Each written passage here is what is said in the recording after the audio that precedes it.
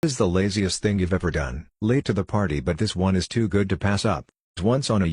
I was once on a U.S. military ship, having breakfast in the wardroom, officer's lounge, when the operations officer, OPS, walks in. This guy was the definition of not a morning person. He's still half asleep, bleary-eyed.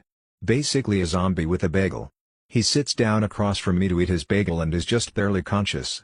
My back is to the outboard side of the ship, and the morning sun is blazing in one of the portholes, putting a big bright-ass circle of light right on his barely conscious face. He's squinting and chewing and basically just remembering how to be alive for today. It's painful to watch, but then zombie OPS stops chewing, slowly picks up the phone, and dials the bridge. In his well-known "I'm still totally asleep" voice, he says, "Hey! It's OPS. Could you shift our bar, Pat?" "Yeah, 165. Thanks." And puts the phone down.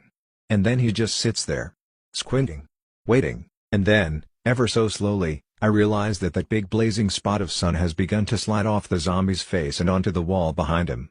After a moment it clears his face and he blinks slowly a few times, and the brilliant beauty of what I've just witnessed begins to overwhelm me. By ordering the bridge to adjust the ship's back and forth patrol by about 15 degrees, he's changed our course just enough to reposition the sun off of his face.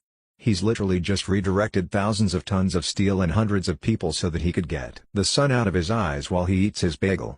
I am in awe. He slowly picks up his bagel, and for a moment I'm terrified at the thought that his own genius may escape him, that he may never appreciate the epic brilliance of his laziness, since he's not going to wake up for another hour.